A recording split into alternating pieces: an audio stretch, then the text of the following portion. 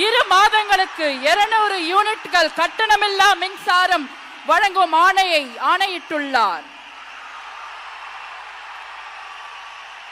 மாண்புமிகு தமிழ்நாடு முதலமைச்சர் அவர்கள் பெண்களின் பாதுகாப்பினை மேம்படுத்தும் பொருட்டு தடுப்பு மற்றும் பாதுகாப்பு யுத்திகளை முதன்மை மற்றும் ஒற்றை இலக்கை கொண்டு செயல்பட சிங்கப்பெண் சிறப்பு அதிரடி படையை உருவாக்குவதற்கு ஆணையிட்டுள்ளார்.